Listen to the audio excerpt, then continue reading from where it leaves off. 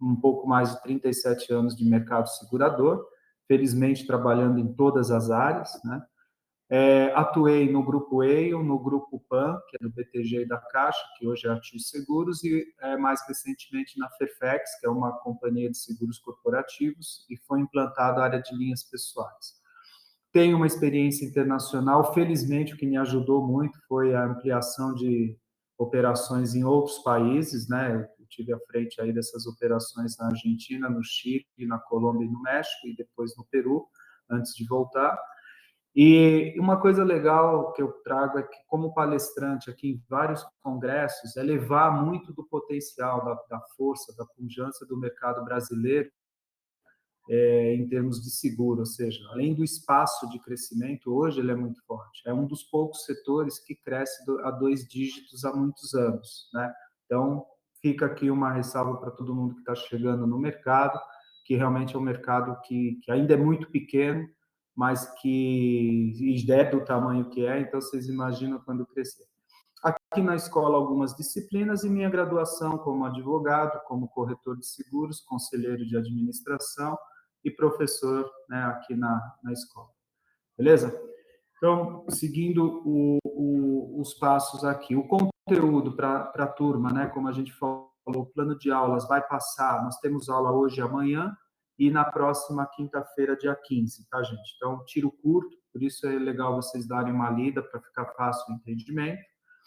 Na unidade 1, que é o que nós vamos ver hoje, esses são os propósitos aqui, que é conhecer a ISO 31000 dentro do processo de gestão de risco, conceito e evolução, a classificação dos riscos. Nós vamos ver um case do World Trade Center, das Torres Gêmeas, em relação a riscos de instituição financeira e financiamento a terrorismo, e os caminhos aí para essa gestão. E no final, o objetivo é entender todas essas definições e o processo, como eu falei de uma forma muito simplista, um cuidado, né, que eu tenho com uma coisa pessoal é o que as empresas têm com as suas atividades. Então, coisas muito simples.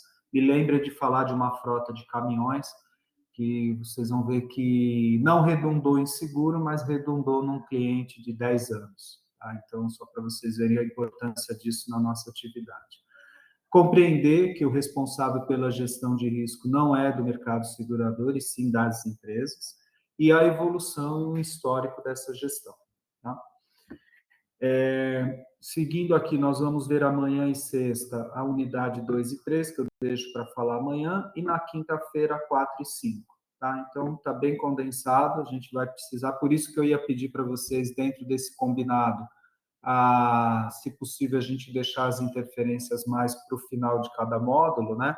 Para a gente poder ganhar tempo na exposição do conteúdo, mas fiquem à vontade.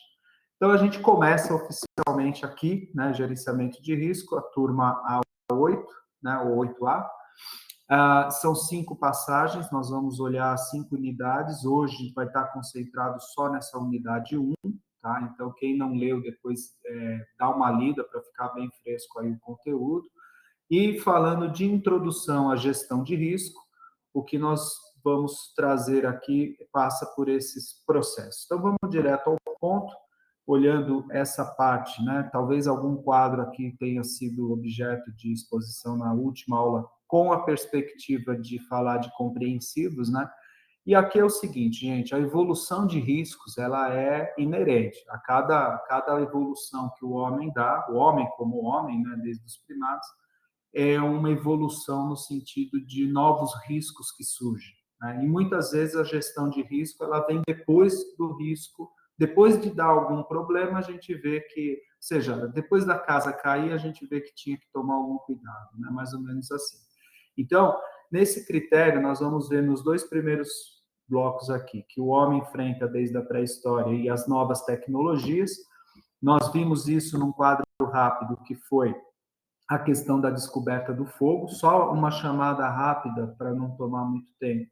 Vocês veem que isso foi 7.000 anos atrás, né? Ou melhor, 7.000 anos antes de Cristo, e começou-se a fazer o bronze ou o ferro apenas 1.000 anos, demorou em torno de 3 a 6.000 anos para que começasse a ser desenvolvidos o que a gente pode chamar de novas técnicas, que é a produção E hoje a gente consegue olhar a mudança de uma estrutura de seguro em 20 anos.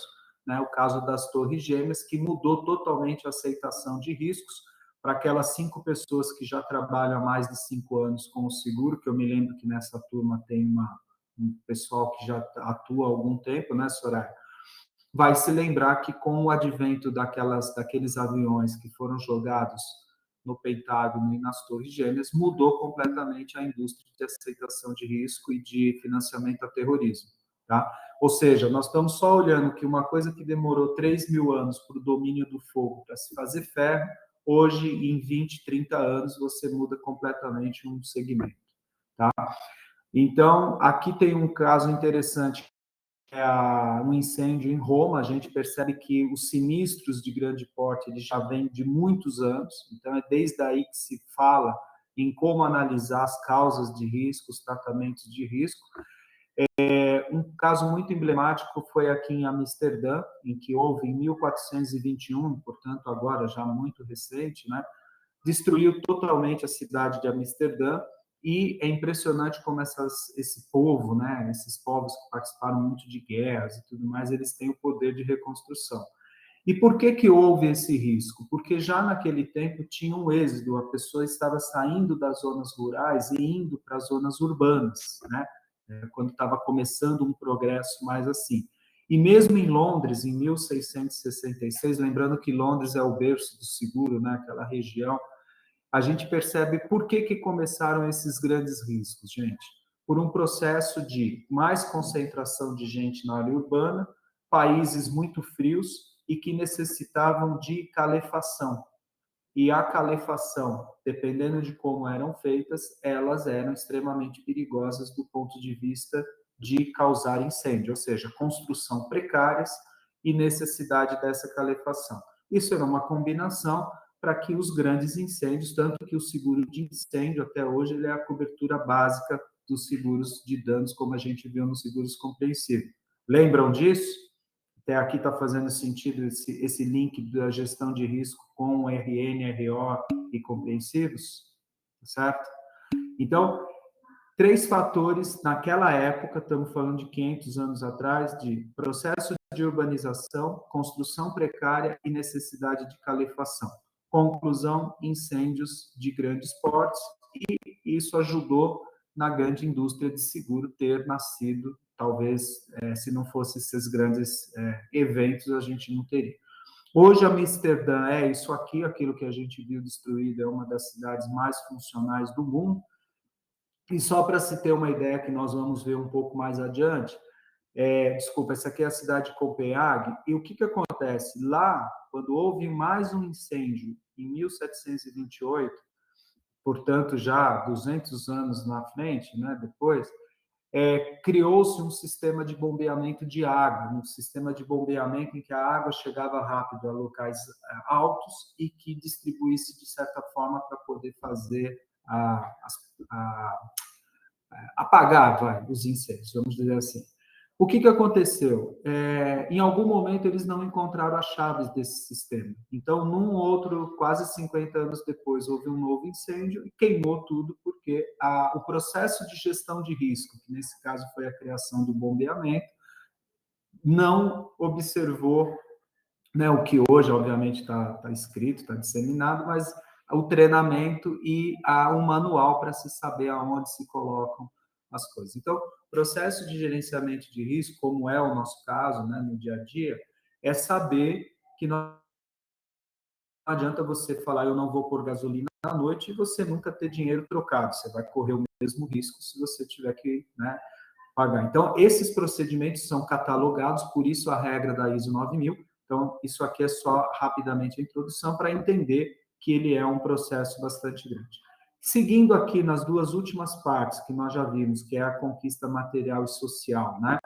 Nós vimos essa grande embarcação, inclusive até teve uma exposição bem legal para quem acompanhou recentemente, que já era uma baita tecnologia, e hoje nós estamos falando dessa propulsão nuclear, do motor, né, toda a dinâmica do Maersk, que é ainda o maior cargueiro do mundo, mas com um processo de 18 mil containers embarcados. Ou seja, não é só o navio, a gente não está falando só do navio em si, nós estamos falando de um processo de como fazer essa logística, tá, gente? Então, não sabemos o que vem pela frente, mas até aqui é o que tem de mais moderno. Isso significa dizer, os riscos continuam, falei isso quando a gente fez essa abordagem como seguro de danos, mas aqui a gente falando de gestão de riscos, a gente pode dizer o seguinte, os riscos continuam, o mar é mar, a água é água, se afundar, afundou, mas a dinâmica como esse risco se desenvolve, que é um termo usado, né, no mercado, ele é diferente, concorda? Então, você tem uma série de outras situações aqui em que realmente você tem mais de 1 bi embarcado facilmente nesse navio. Uma outra coisa muito interessante, para quem não sabe, a internet ela surgiu em 69, lá nas universidades dos Estados Unidos, com o conceito de se fazer interligação entre os campos universitários. Tá? Não vou ler isso aqui, depois vocês batem o olho, que é uma coisa legal. Mas, você vê, nós estamos falando de 69, 60, 53 anos. Em 53 anos, a gente olha hoje o que a gente tem de risco. Não está publicado, mas é um estudo a que eu tive acesso. Hoje, o grande problema da Deep Web, né, que é a internet, a Dark Web, a Deep Web, tráfico de órgãos. São pessoas que têm todo um histórico para você raptar. Ó, preciso de um rim de uma etnia balduína lá do norte da África. Tem gente que está... Então, assim, é muito... aonde chegou a internet com o conceito de que ela foi criada e os riscos cibernéticos que a gente tem. E só para falar rapidamente das redes sociais que hoje a gente olha, está aqui, ó. É só a gente olhar. Então, tem armas sendo compradas. Isso aí, Ana, é perigo mesmo, entendeu? Então, muitas vezes, a gestão de risco que nós temos que tomar com o nosso computador pessoal, você imagina dentro de uma empresa, e nós vamos ver isso com o case rápido do Facebook, tá?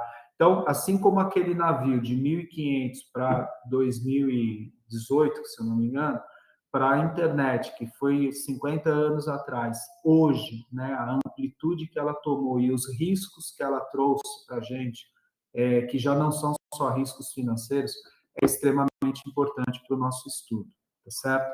Então, dada essa introdução, tá? Vocês me desculpem se eu fui repetitivo em alguma coisa, mas acho que é legal fazer essa relação da gestão de risco com algumas situações do nosso dia a dia, mas aqui está dizendo o seguinte, esse quadro diz que, então, a gestão de risco, né, e gerência de risco são sinônimos, é a mesma coisa, e vem de uma palavra inglesa, né, muito da origem vem daí, que é o risk management. Não sei se todos já tiveram contato com esse tipo de terminologia, mas é o gerente de risco de qualquer empresa.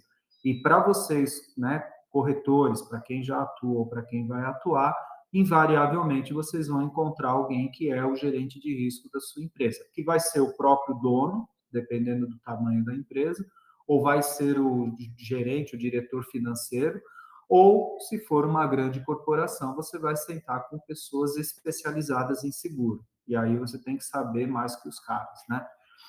Ainda que é um processo previsto em norma internacional, que pode ser aplicado em qualquer segmento, tá?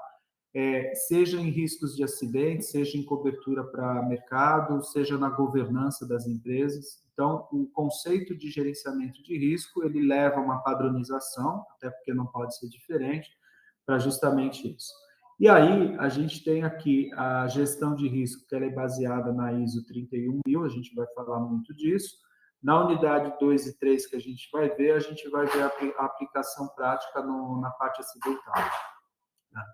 Bom, outra coisa importante, a exposição a perdas. Nós vamos ver 5 blocos, que é de patrimônio, de responsabilidade civil e pessoas, receita líquida e pessoa física. Tá? E cada um desses riscos vai levar, isso é legal vocês verem, que é sempre nessa perspectiva. Por exemplo, o bloco patrimônio, a gente vai ver quais são os riscos que estão expostos a perdas, quais são esses riscos que causam perda e a consequência financeira dessas perdas. Tá? Essas 3 perspectivas são as bases de estudos para estes 5 blocos. Tá? E aqui a gente começa efetivamente com isso. Detalhe, gente, se a gente fosse fazer como era antes, hoje é feita uma prova para essa matéria.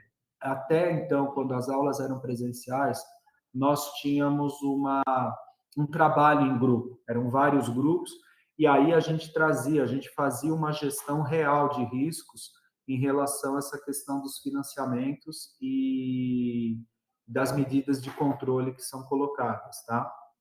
Muito bem.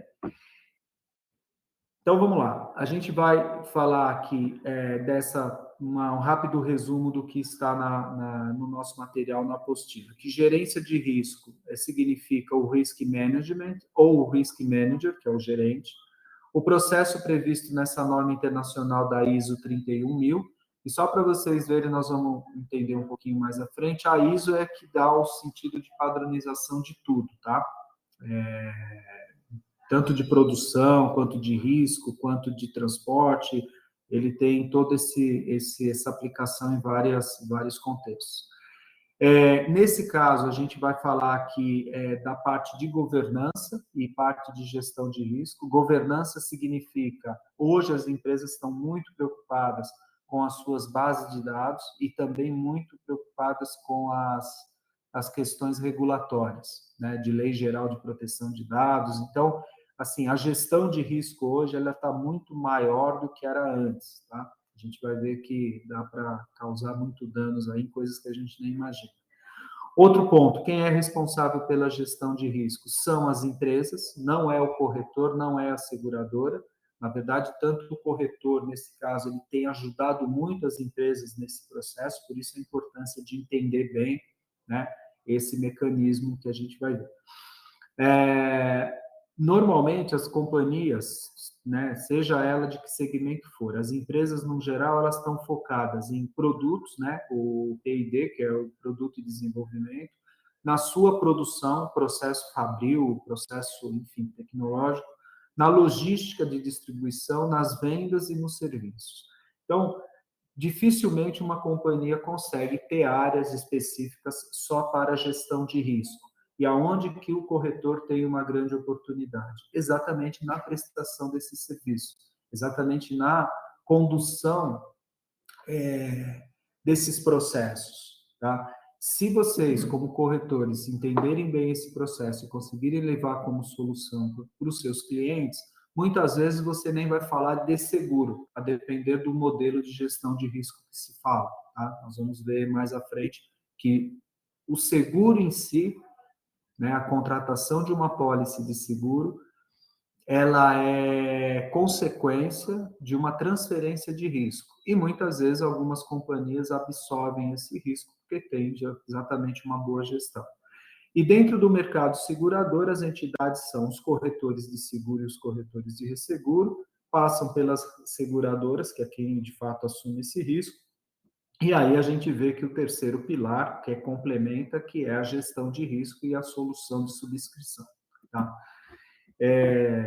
Para quem já trabalha, se quiser fazer algum comentário, fique à vontade. Para quem não trabalha, a gente vai ver aqui essas oportunidades. O que está migrando dentro do mercado? O que a gente observa quando a gente fala de gestão de risco, gente? Que a gente tem a venda de seguros em si, né, que é a colocação de riscos, é você trabalhar junto ao seu cliente para que você dê uma solução da melhor apólice, da melhor garantia. Lembram-se que nós vimos a quebra de vidros quando nós olhamos em seguros compreensivos? Muitas vezes a gente não tem ideia que o cliente precisa daquela cobertura e a gente nem conhece aquela cobertura. E vocês viram os impactos que tem realmente em quebra de vidros quando a gente olha uma estação de metrô, quando a gente olha um museu ou quando a gente vê uma própria residência, né, dentro da sua configuração. Vocês se lembram disso, né? Então, aqui é a venda de seguros. Quando a gente vai para uma venda consultiva, é aquela em que você entra na atividade do cliente, literalmente entra na empresa, observa todo o processo dele, seja de fabricação, seja de distribuição, seja de embalagem, seja de logística, e aí você passa a ter uma venda consultiva e um papel de consultor, de assessor daquele cliente, muitas vezes trabalhando em conjunto com o gestor de risco ou com alguém da área financeira, vocês também vão se lembrar da granja que nós conversamos quando você tem um determinado tipo de armazenamento ou uma limitação na quantidade de produto químico para lavar, né, os compartimentos onde ficam ali os pintinhos, né? Vocês se lembram disso. Então, isso é uma assessoria, é uma consultoria. Muitas vezes o cliente não sabe que o seguro dele vai excluir se ele tiver 1 litro a mais daquele produto. Tá? Então, como é que é o resumo disso dentro desse capítulo? É a identificação dos riscos acidentais, análise da frequência, ou seja, a probabilidade das ocorrências desse determinado risco num período de tempo, a análise da severidade, ou seja, uma vez ocorrido, que impacto financeiro isso traz, né? Então, frequência e severidade é muito importante. Montar uma matriz de risco, nós vamos fazer isso aqui também nas aulas, que é como é que a gente classifica aqueles riscos, né? Que a gente identificou, a gente classificou e aí nós vamos analisar os impactos. Outra coisa, as alternativas de controle. Então, como é que a gente faz isso? Redução, frequência, severidade, né? Há um case que nós vamos ver amanhã, que é roubo de carga no Rio de Janeiro, ou seja, empresas que deixaram de transitar ou deixaram de transportar certas mercadorias nas regiões, nas linhas de acesso, linha amarela, linha vermelha, que todo mundo escuta falar o tempo todo. Eu assessorei algumas empresas a tomar decisão se continua ou não, algumas decidiram sair daquele mercado. Verificação da alternativa de controle, né? Como é que é feito o financiamento de risco? O financiamento é como é que eu reembolso minhas perdas. E uma das técnicas de financiamento é você transferir o risco para uma companhia de seguros. Outra coisa, essa seleção da técnica de financiamento, como é que ela é implantada, como é que é feito o monitoramento dessa gestão de risco e como é que você estabelece esse processo de quanto em quanto tempo, de que forma ser feito. Tá? Com isso, gente, os clientes vão estar muito bem amparados e você vai estar com essa carteira por muitos anos. Tá? Então, esse é um processo importante de ser visto. Outro ponto, então, entrando aqui na ISO 9, na 31000, né, ele traz aqui o seguinte, que risco é um objeto, né, essa gestão de risco, ele é objeto de norma internacional, portanto, uma aplicação mundial, e o conhecimento, ele é importante porque ele é a base do gerenciamento de risco. Tá? Então, todo o processo ou a normatização para gerenciamento, ele tem que ser visto dessa forma. E quem são os órgãos que tratam da gestão de risco? A ISO é uma sigla que significa, em inglês, International Organization for Standardization, que diz o seguinte, ela é uma instituição, uma organização não governamental, ela é independente e composta por 164 membros que representam vários países nesse contexto. Beleza. O que quer dizer isso? Quer dizer que, por meio desses membros, né, são feitas várias discussões, especialistas em vários segmentos, e que desenvolvem um consenso em termos de uma norma internacional para essa inovação ou para que você traga para dentro do conceito de gestão de risco essas regras. E aí você tem, a base dela é na Suíça, então não precisa nem falar que é um berço ali naquela região da Europa, né?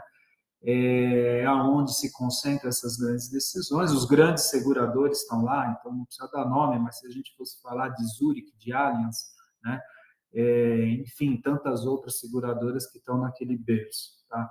E para o Brasil, nós temos a BNT, então, para quem tem cargos ou formação mais técnica, sabe que é a Associação Brasileira de Normas Técnicas, e essa associação, né, ele representa a ISO aqui no Brasil, então olha a responsabilidade. Você tem uma instituição internacional representada por vários países que determinam certas regras e que ela é traduzida por um representante oficial, que é a BNT, e que no Brasil muitas empresas são obrigadas a seguir isso, até por suas matrizes no exterior, e outras acabam seguindo porque é uma forma de estar inserida no contexto de uma boa gestão de risco, tá, gente?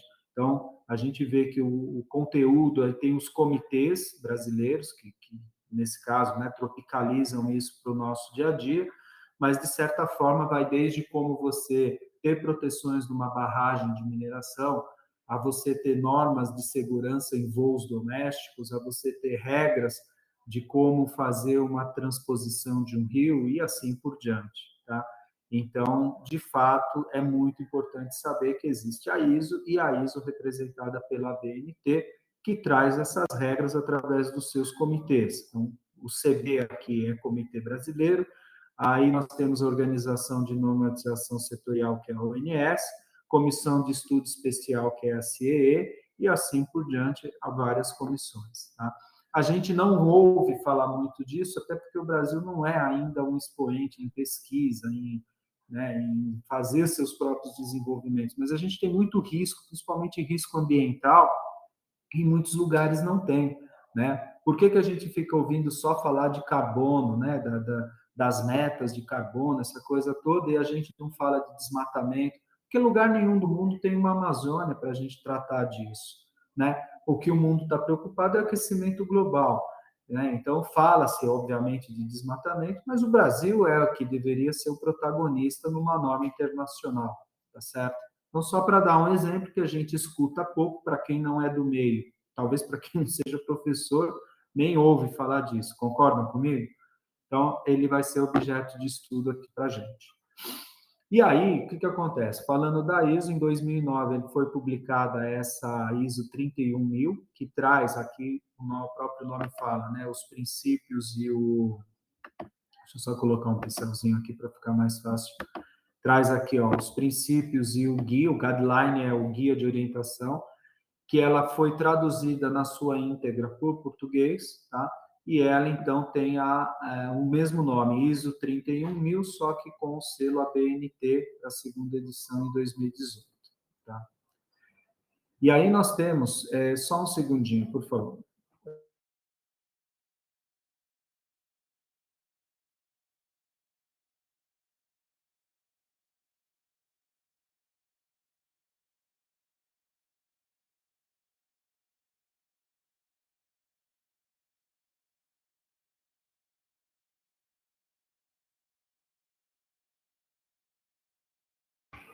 Desculpa, gente.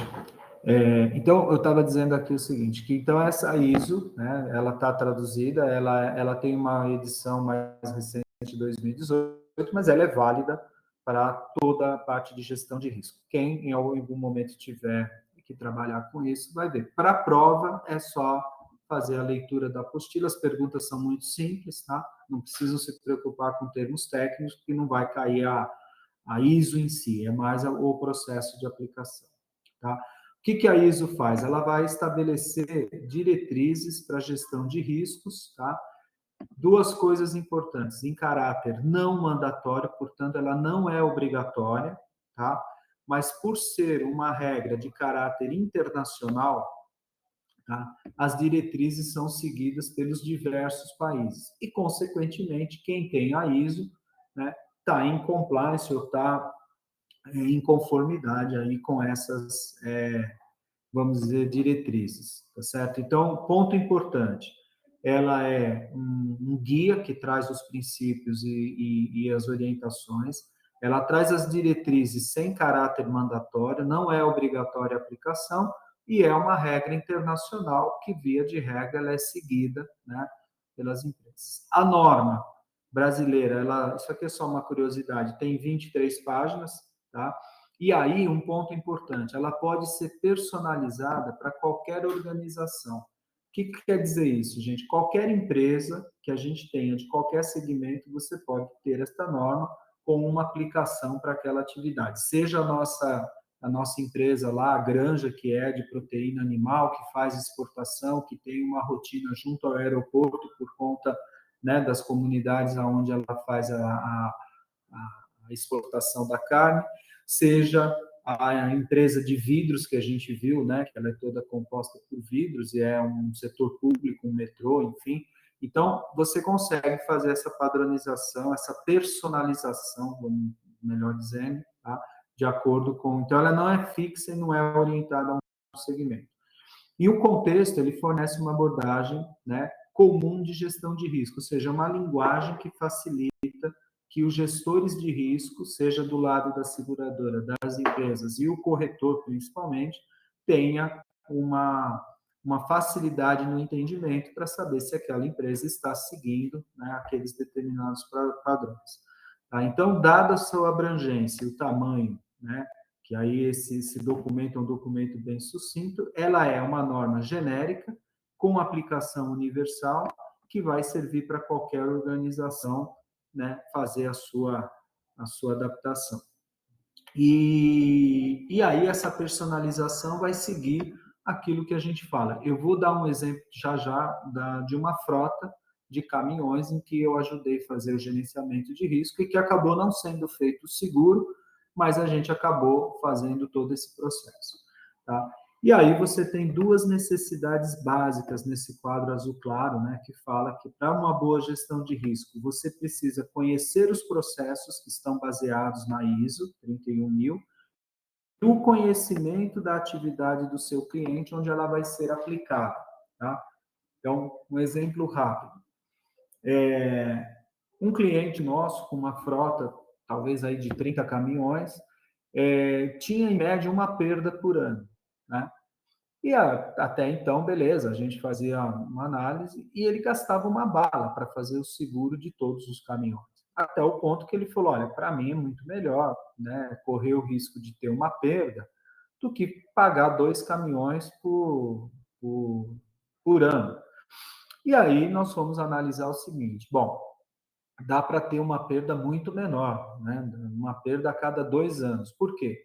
Desde que se faça uma manutenção bem feita, desde que você tenha uma equipe de motoristas muito bem treinada, e nós fomos analisar, o motorista não dormia, o motorista virava à noite, tomava rebite, né?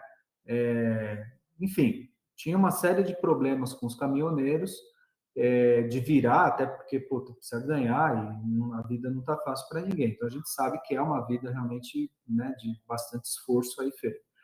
Por outro lado, a manutenção não dava para parar os caminhões na rotina que precisava para ser feito, com a manutenção de freio e tudo mais. Quando nós começamos a fazer esse trabalho, não foi preciso fazer mais o seguro físico dos caminhões, do casco.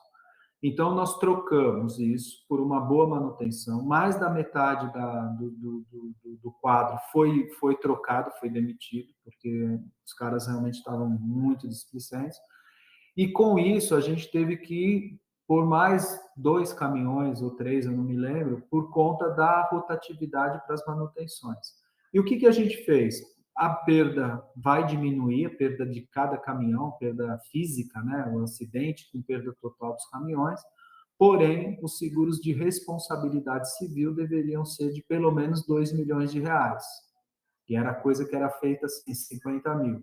Então, com o trabalho de gerenciamento de risco, a gente aplicou essas técnicas, tá certo? Que nós vamos ver mais à frente.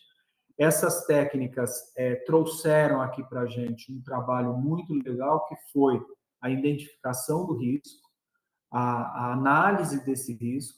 Então, nós vimos que ele não tinha um risco tão grande de perda, ele tinha um risco muito maior, que era passar em cima de algum carro e ter que indenizar 2, 3 milhões de reais. Ele ia quebrar a empresa dele, né? Então, a gente fez o inverso, investe menos no casco, investe mais na sua responsabilidade civil e troca a sua gestão, porque da forma que está sendo feito, você pode fazer tudo isso, mas você tem metade dos motoristas que não estão engajados, né? E aí, com todo esse trabalho que foi feito, não foi feito o seguro, né? Você fala, pô, mas nós jogamos contra, chutamos contra nosso gol. Não, foi um trabalho feito para dizer para ele, você como cliente, cara, você tem um risco muito maior, e eu vou só dar uma avançadinha para vocês verem, que é isso aqui, ó, este quadro que está na apostila, depois a gente pode ver a página, se alguém depois quiser me ajudar aí, mas assim, o processo de gestão de risco, ele passa por entender o escopo, o contexto e o critério que vai ser feito. Portanto, era uma empresa transportadora que, pela dinâmica, não podia parar os seus caminhões de uma forma adequada para manutenção. Tinha um RC muito baixo, seguro contra terceiro muito baixo. E aí foi feito um processo de avaliação, que aqui está meio ruim de ver, mas a gente vai ver um outro quadro, que é a identificação, página 12, viu, André? Obrigado. Foi a identificação, identificamos que tinham esses problemas, analisamos esse risco e vimos os impactos que tinha. Então, nesta análise, nós avaliamos qual o problema que isso pode gerar. E nós fomos lá falando, cara, nem se preocupa tanto com o seguro dos teus caminhões, se preocupa mais com isso aqui. Seus caminhões estão com manutenção deficitária, seus caminhões não estão com uma certa certificação de que foi feito caminhão. Se você entrar numa empresa e bater, você não tem a comprovação de que aquele caminhão passou pelas inspeções, que ele passou pela manutenção. Então, nós criamos um protocolo para que todos os caminhões tivessem uma ficha de quando ele foi feito, né, desde freios, tal, pneus, blá, porque se houvesse algum problema, eu tinha como provar, né, e era uma empresa grande, que a mídia certamente ia cair em cima.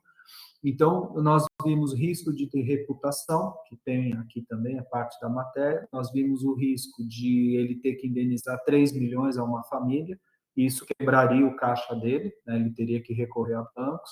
Enfim, então, este processo que a gente está falando, com esse exemplo que eu estou dando, eu acredito que vai facilitar, que é o caso da comunicação e consulta, quando a gente precisar, porque depois nós levamos isso para a seguradora, e a seguradora adotou isso como um desconto nos seguros, ou seja, você segue isso? Sigo. Então, esse manual que ficou como monitoramento, análise crítica, foi a divulgação feita internamente na empresa e, inclusive, ajudou esse cara a gerar negócio, porque quando ele ia pegar uma carga, ele apresentava o plano de gestão que ele tinha. Então, era muito tranquilo o cara entregar uma carga mais sensível, sabendo que a empresa tomava todos esses cuidados. Tá certo? Então, estou aqui adiantando um pouquinho, tá? Mas é só para a gente ver, eu vou só finalizar, e aí eu já dou a palavra aqui para quem colocou uma observação. Então, a família ISO 31000 no Brasil, ela já traz algumas variações que estão em análise. Então, essa aqui da NBR traz técnicas para o processo de avaliação de riscos, ou seja, são técnicas, sugestões que estão sendo dadas para que se faça essa avaliação. A ISO, a TR, né, que traz pela BNT também, traz o relatório técnico, então como se padronizar alguns tipos de relatório, tá? Todas elas aí em andamento. E a última, que é essa ISO, a versão 2020, a 31.022, 31.022, está trazendo as diretrizes para a gestão de riscos legais, ou seja, é aquela questão de você estar mais preparado, não só olhando a parte física, mas que tipo de risco eu tenho do ponto de vista legal, regulatório. Eu estou em compliance, por exemplo, com as regras novas de gestão de dados. O que acontece se um hacker me bloquear todos os caixas dos meus 100 supermercados, né? Passa um pouco por isso. Se alguém invadir e pegar a base de clientes que me pagaram esse fim de semana com cartão de crédito, tá? Então, depois é mais uma informação, mas assim, já tem evoluções chegando. Desculpa, alguém tinha feito uma pergunta? Deixa eu só ver quem é, por favor. Aqui, a Elis Regina, diz, professor, aproveitando que está falando de frota, um caminhão precisa fazer RCF para carroceria, baú, ou consegue puxar o RCF do cavalo? Não sei como está hoje, Liz, mas ele tem, se ele for o cavalo mais a carroceria, tem que ter o RC também, tá? A carroceria. Se ele for o caminhão, o truck, é normal, ele já tá inserido, tá? Eu me lembro, talvez faz tempo até que eu não vejo, mas eu lembro que o RCF ele levava em consideração algum tipo de carrocerias que eram para produto inflamável, carroceria frigorífica, tinha carrocerias de grãos, né, granel, mas via de regra tem o RCF também dessa parte, tá? Beleza? Respondi? E o Vander fala, conheço um caso assim, professor, transportadora não faz mais casco, só RCF. Só não sei se aumentou a contento a contratação. Então, gente, aí é assim, eu não trouxe aqui porque, como a aula é online, pode ficar meio complicado passar um vídeo. Mas se vocês pesquisarem aí, acidente na Anchieta, acidente em Túnel, Tem uns que até não dá muito para ver, mas tem caminhão que passa em cima do monte de carro, né? Então, o seguro de RCF ele é tão barato que eu, por exemplo, não sei vocês, mas eu tenho seguro de RCF de 1,5 milhão do meu carro, né? Por uma questão simples, posso causar um dano de atropelar uma família, de atropelar um juiz no início de carreira, um grande empresário, né? Atropelar um grande empresário, o cara fala, pô, isso aqui você vai pagar uma pensão vitalícia de, sei lá, R$ 200 mil. Nunca vi R$ 200 mil em lugar nenhum, eu quebro. Agora, tem gente que pensa, se eu bater numa Ferrari, se você bater numa Ferrari, cara, você tá Ferrari, né? Você vai quebrar junto com ela. Então, essas coisas que são importantes. E para uma transportadora, nós vimos na aula de seguros compreensivos a imagem de um caminhãozinho lá porrado num muro, tá certo? E se esse muro for um muro de uma mansão? E se esse muro for um muro de um hospital que desmorona? Enfim, tem tanta coisa que a gente tem que pensar. E nós, corretores de seguro, temos que pensar exatamente nos problemas que podem dar, né?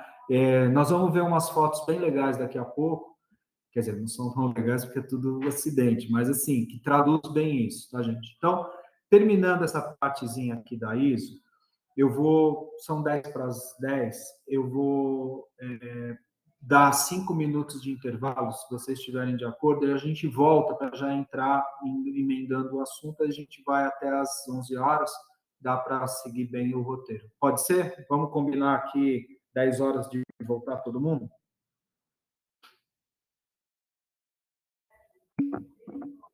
Beleza?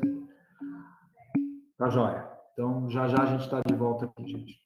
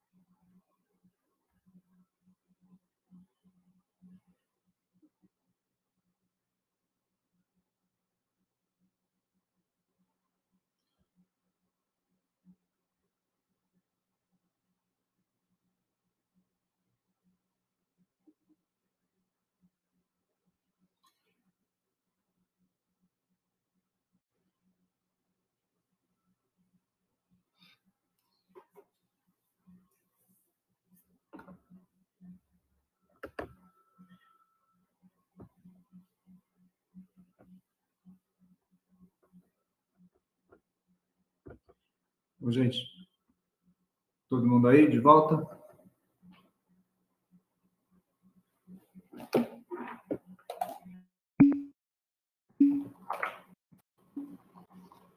Beleza. Então, tá bom. Um minutinho, se a gente puder já ir começando. Então, até aqui tudo bem, gente? Essa introdução aqui é mais para o entendimento e depois a gente... matéria, vocês fiquem tranquilos, é uma matéria muito gostosa, realmente, como eu falei, eu sou suspeito, mas para mim o gerenciamento de risco, se eu pudesse, eu só faria gerenciamento de risco, né? Acho que isso é no nosso dia a dia aí, quando a gente começou, a Michele ajudou aí no início, mas é isso mesmo, na nossa casa, no nosso dia a dia, é um mínimo de processo que a gente põe nas coisas. Eu tenho muito isso, eu tenho os cuidados, desde um cuidado muito básico, como esse de abastecimento, a questões de como dar o cartão, né? A gente já vê casos aí, eu que tenho que ficar lendo os problemas que dá. Tem gente que chega em casa com cartão de crédito trocado, porque no Uber ou na condução, no táxi, enfim, o cara trocou o cartão. Enfim, essas coisas são pequenos detalhes, né? Então, a gente entrando agora, indo para o nosso... eu vou trazer realmente alguns cases, vou até um pouco mais rápido, tá? Depois, se alguém tiver algum comentário, alguma dúvida, pode ir interrompendo, senão a gente deixa mais para o meio aí que estiver terminando aqui as exposições. Então, esse processo de gestão de riscos, né, ele é traduzido nessa matriz, aonde a gente tem aqui, na parte azul, o processo, então, assim, o que fazer, qual que é o processo que vai ser colocado. Depois a gente passa pelo escopo, então, qual é o contexto, com que critério a gente vai olhar. Então, por exemplo, o meu contexto é esse, é uma empresa desse segmento, que é uma transportadora e que a gente precisa ver como colocar o risco numa seguradora. Então, ele é um critério, ele parte de um escopo desse trabalho. Ou não, eu quero efetivamente saber a necessidade ou não de se fazer o seguro. Então, eu já estou preparando um trabalho com, né, um viés de chegar nesta análise. E o processo, ele passa pela parte cinza, que diz da identificação do risco, depois ele passa pela análise desse risco, e aí ele vai para a avaliação, né? E dentro desse trabalho, você tem duas coisas, a comunicação e consulta e monitoramento, e aí você vai para o tratamento em si do risco. Qual é o tratamento? Assumir esse risco, transferir este risco ou eliminar este risco. Basicamente, em outras palavras, é isso. Eliminar o risco é deixar de transportar na linha vermelha no Rio de Janeiro. Não passo mais com mercadoria X lá. Ou seja, estou saindo daquele mercado. Vou deixar de ter clientes que me demandam transportar cigarro naquela região.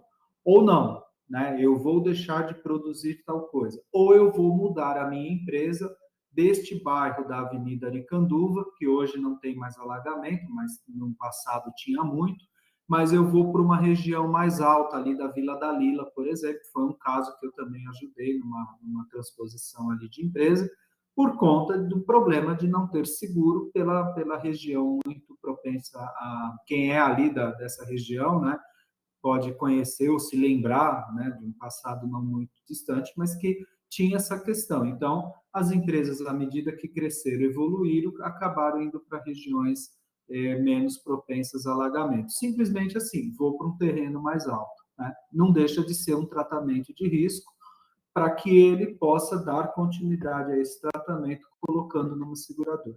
Então, o que quer dizer o escopo? É isso, né?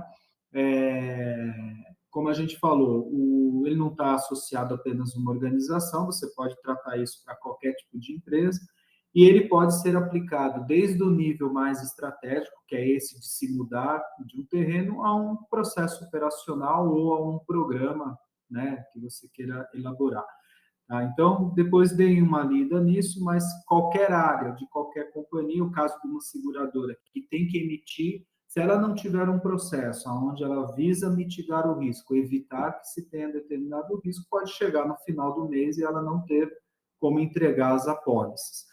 Consequentemente, se a gente for pegar esse caso, eu identifiquei um risco, a companhia cresceu, está com uma promoção ou uma condição muito legal num determinado ramo, todo mundo dessa turma bombou de produção com a companhia, só que ela não vai conseguir entregar. O que vai acontecer? Qual é a avaliação desse risco? Nós identificamos, puta, não vai emitir.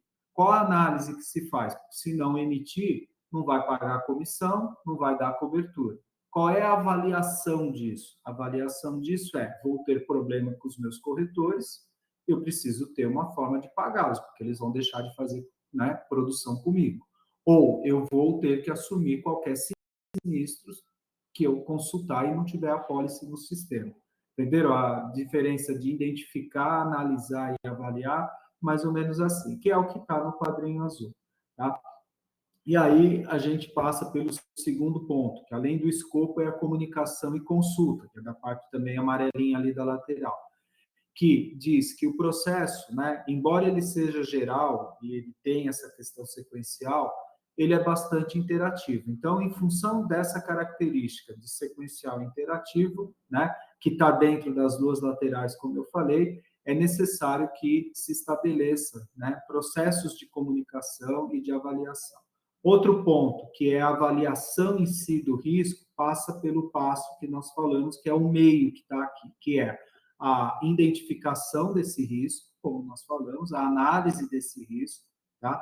E aí, gente, quando a gente fala de identificar, é escrever mesmo, é pegar uma folha em branco, tá? Como eu tenho aqui, por exemplo, eu anotei todos os riscos que eu posso ter com a turma, né? A dar aula, esta aula especificamente. Então, olha, eu tenho aqui a frota, eu tenho esta situação, eu tenho a questão do RC, né, do RCF, da carroceria.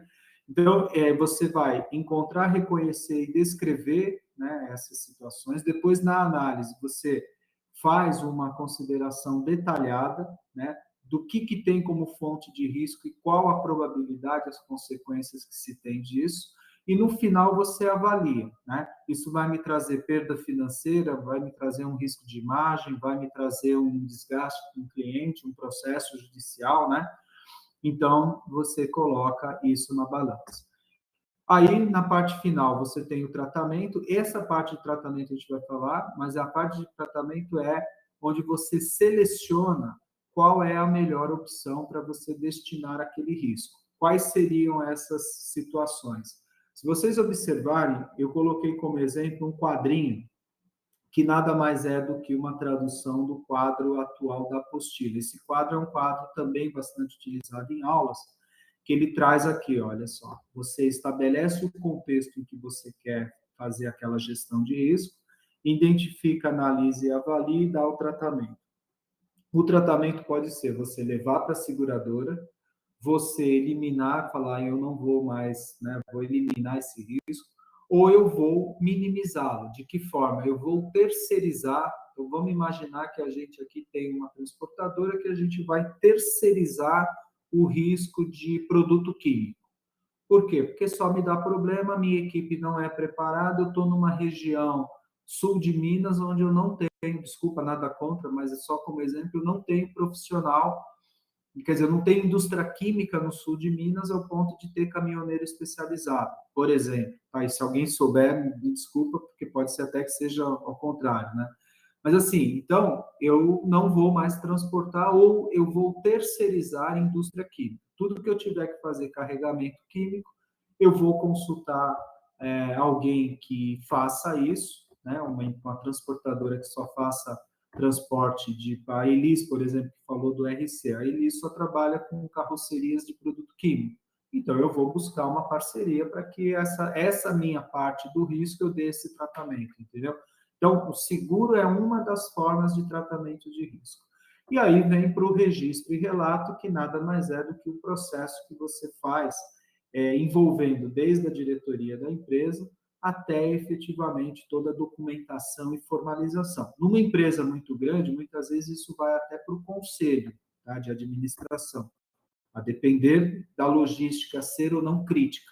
Um exemplo, a Petrobras com a BR Distribuidora. Tá?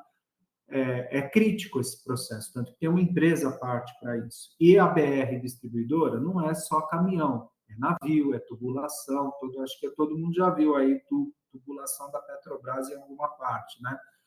Aqui da Grande São Paulo, principalmente, concorda? Então, é um processo de logística muito maior do que o caminhão só, tá?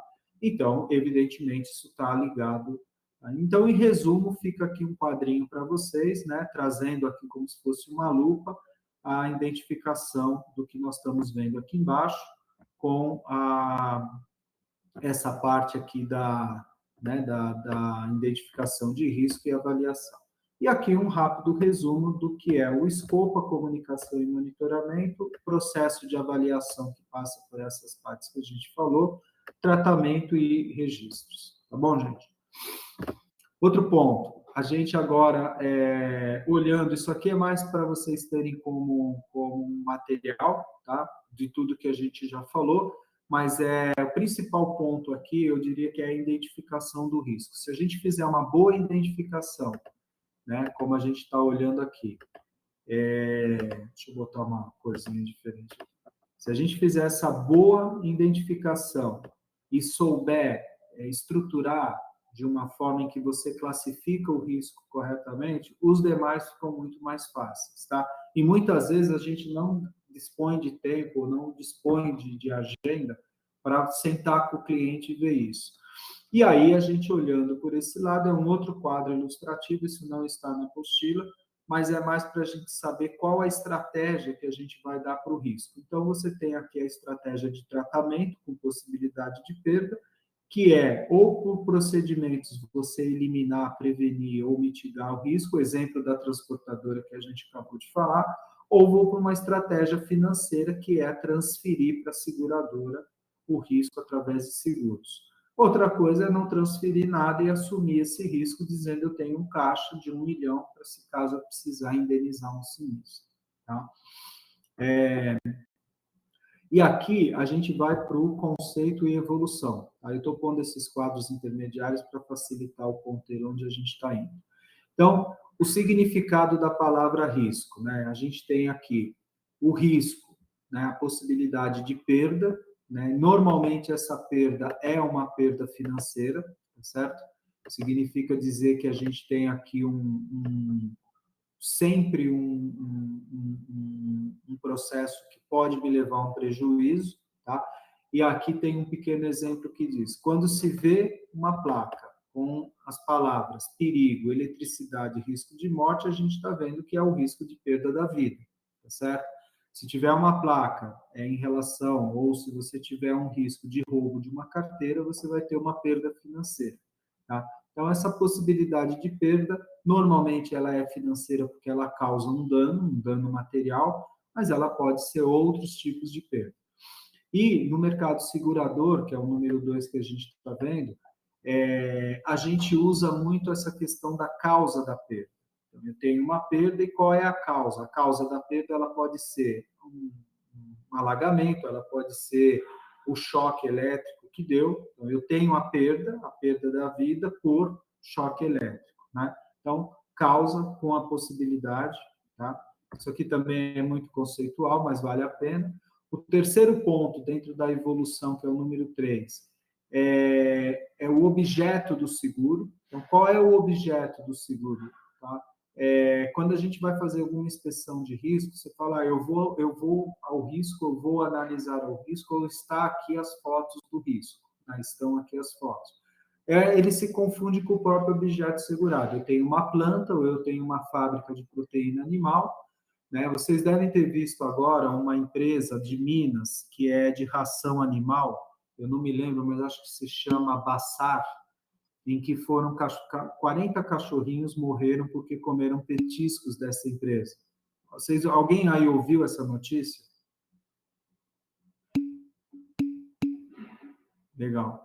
O que essa empresa está fazendo? Ela está pondo um plano de contingência para retirar da... É Guarulhos, Soraya? Obrigado. E tirar da prateleira dos pontos de venda. Então, ele tem que ter uma baita gestão de risco para saber todos os pontos de venda e a quantidade que ele entregou em cada ponto. Por quê? e quanto foi vendido, por isso a importância de saber. Entreguei 100 pacotinhos, venderam 30, eu tenho 70 para retirar.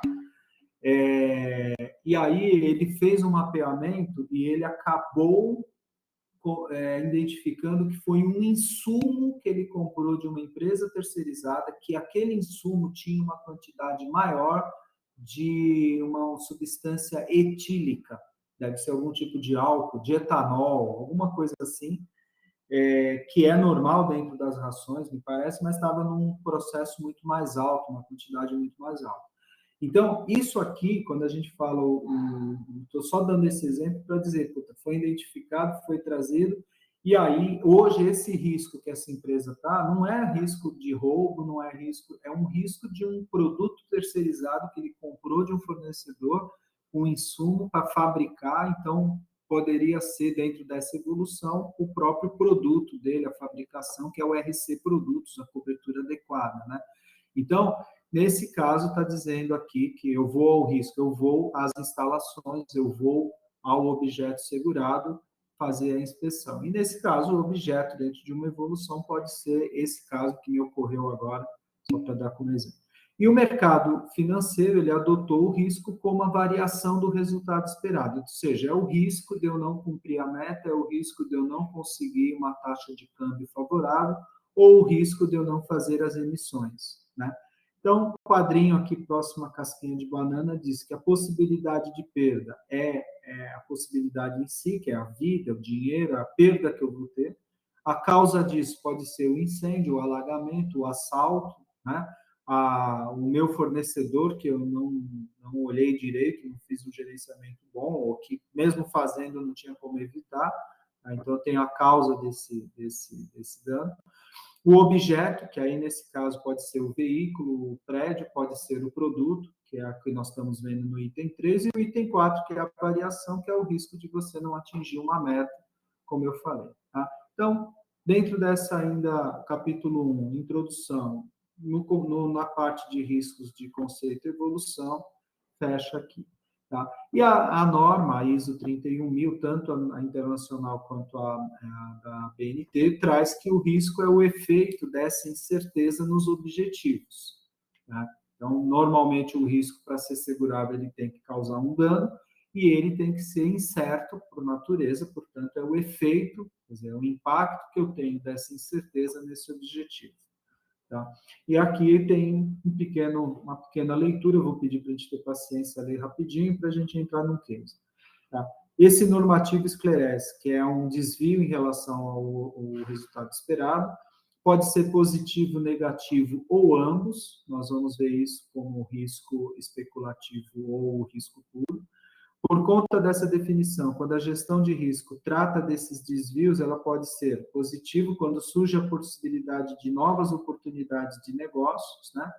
E a gestão de risco, no seu conceito mais amplo, não se limita a mitigar a perda, mas ela pode ser utilizada como alavancagem. O exemplo que eu dei da frota de caminhões, né, da transportadora. Ele acabou com aquilo que ele fez, ele acabou trazendo até mais clientes, porque ele passou a ter um processo formal de gestão de risco, em que ele dizia, o cliente, pode me dar que eu não vou sair com o caminhão danificado, né, com a tua carga em cima. Tá? Então, aí, também mais como um conceito, tá? Vou trazer aqui para vocês tudo que a gente falou até agora na análise dessa barragem do Fundão. Vocês se lembram, isso aconteceu em 2015, lá em Mariana, certo? É mais antigo, gente, mas eu evitei trazer coisa muito recente, muito contemporânea, tem muita conexão com o momento que a gente está vivendo, eu não queria causar polêmica, tá? Mas é um exemplo muito claro do que aconteceu em termos, ou que não aconteceu em termos de gestão de risco. A foto aqui, ela está um pouquinho, talvez, desconfigurada para vocês, para mim ficou, mas ela estava super boa. Essa é a represa, é a barragem, como vocês estão vendo a água, né? Deixa eu botar meu pincelzinho aqui. Aqui nós temos a água, a represa, tá? Todo mundo está vendo? E aqui nós temos a cidade, o distrito de Bento Rodrigues, tá? O que aconteceu? Essa barragem, dada tudo que a gente analisou até agora, houve falha de gerenciamento, né, da gestão desse processo. Houve vários fatores, desde estar muito úmida a terra, enfim. O que aconteceu é que isso se rompeu, então o que era aquela barragem passou a ser isso aqui que a gente está vendo, ou seja, aquilo lá se dissipou de tal forma e a cidade ficou também completamente tomada. Quem esperava que isso pudesse acontecer? Eu esperava. Nós temos 104 barragens só em Minas, nessa região. 104. Essa daqui foi uma, né, das que deu problema, depois veio Brumadinho, né? E então, assim, Brumadinho foi dia 25 de janeiro de 19. Eu me lembro que eu estava voltando para o Brasil, estava numa inspeção de risco no Chile, e aconteceu isso. Eu falei, Jesus, eu acabei de sair de uma dessa. Quer dizer, acabei de ver um processo que agora eu vou ter que analisar já. E ninguém sabia o que ia dar, a gente só via aquele monte de barro, né, descendo, uma catástrofe impressionante. O que eu quero dizer com isso? Que se a gente olhar a foto 1, a cidade, né, não dá para ver muito, foto 2, os danos que isso causar, traz aqui, ó. Essa foi a cidade, tá? É uma foto, tem várias, mas essa aqui nós vamos ver os dados. E aqui a gente percebe, né, tudo destruído. Isso aqui era uma plantação, portanto, esses pequenos agricultores vão demorar alguns anos para ter a sua terra produtiva. Aqui é um carro em cima de uma casa para ver a força, a violência, realmente a destruição, ou seja, danos patrimoniais desproporcionais, coisa ainda não vista. Aqui tem até um cachorrinho, porque hoje, falando de pet agora há pouco, é membro da família, né? Minha cachorrinha manda mais do que eu em casa. E aí, o bombeiro, né? Aquela comoção de você ter aquela coisa social. E essa senhora certamente perdeu família, perdeu tudo, está aqui desolada, está inclusive com bebida aqui, leite, bolacha. Então, assim, gente, era algo que até então, quem amanheceu o dia, né, jamais poderia entender que isso poderia acontecer. Então, a gente vê nesse contexto, desde uma pequena roça, né, de produção que não vai acontecer, o rio que a pessoa pescava não vai dar peixe por muitos anos, patrimônio totalmente destruído, dignidade, nem se fala. E aí veio, né, só para dar uma ideia, foram tragédia de Mariana, no distrito, causou a destruição de 660 quilômetros de rio, gente. 660 quilômetros de rio. Bento Rodrigues, 207 casas das 251, eles chamam de edificação, portanto, 82% soterradas, não é danificadas, soterradas. E o desastre resultou em quase 1.500 hectares de vegetação, incluindo áreas de preservação. Ou seja, é um dano de imensa proporção. Quem até hoje tem um processo rodando, até hoje estão buscando as questões de gerenciamento de risco dessa barragem, se estava correto, não estava correto, enfim, não vou entrar em detalhes, mas é só para dar um contexto da onde pode chegar um gerenciamento de risco bem feito ou não. Exemplo disso, a Brumadinho. Brumadinho comeu o refeitório inteiro, aquele barro. E tinha gente naquela hora que aconteceu, tá certo? Eu me lembro que era quase a hora do almoço, eu estava embarcando e aconteceu. E aí foram verificar que o refeitório estava construído abaixo da barragem. Então, o exemplo que eu falei da Avenida Aricanduva, ali das empresas, serve para cá. Como é que eu ponho um refeitório onde a maioria dos funcionários vão todos juntos almoçar, porque você tem uma concentração de risco muito grande, tá certo? Na hora do almoço ou na hora do jantar, e você faz isso logo abaixo da barragem. Então, foi a primeira edificação a ser atingida. Então, ali você já vê que, num processo de gerenciamento de risco, ele já vinha com esse problema. E aí a gente vai falar de classificação de riscos. Ainda dentro da unidade 1, a classificação de riscos, como a gente está vendo aqui, ela tem risco de operação, que está na página 16, e risco de mercado, que está na página 18.